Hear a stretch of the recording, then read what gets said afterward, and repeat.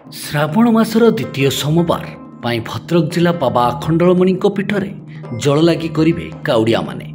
बहु दूर दूरांतरु आखंडलमणि पानी ढालिबाकू आसुथिबा शिव भक्तों सेवा कले धामनगर विधायक तथा मंत्री सूर्यवंशी सूरज। कोठार छकठारे श्रावणी यात्रा आरडी पीठ को जाउथिबा हजार हजार संख्यार शिव भक्त मानक पाई एक सेवा केन्द्र करी पादरे औषध लगाई मालिश करने सहित अन्य औषध और खाद्य पानीय प्रदान करथिले सूर्यवंशी सूरज।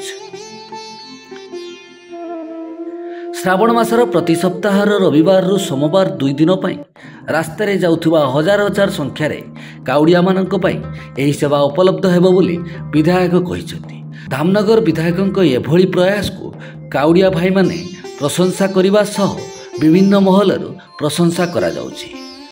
एक आमर परंपरा आज नुआ नुए प्रत्येक वर्ष ये कार्य समापन होता है। बाबा आखंडलमणि धाम को आरडी धाम को लक्ष लक्ष संख्यार श्रद्धालु माने श्रावणर प्रत्येक सोमवार जाते। ये एक परंपरा सृष्टि होती आमर विगत दिन मानक जो श्रावणी जल नहीं कि जो श्रद्धालु माने जाउछंती सेमानकर पदसेवा से पानीय जल खाद्य जोगाण पर्यंत एवं मेडिकल ट्रिटमेंट पर्यंत ये सब कार्य करा जाए।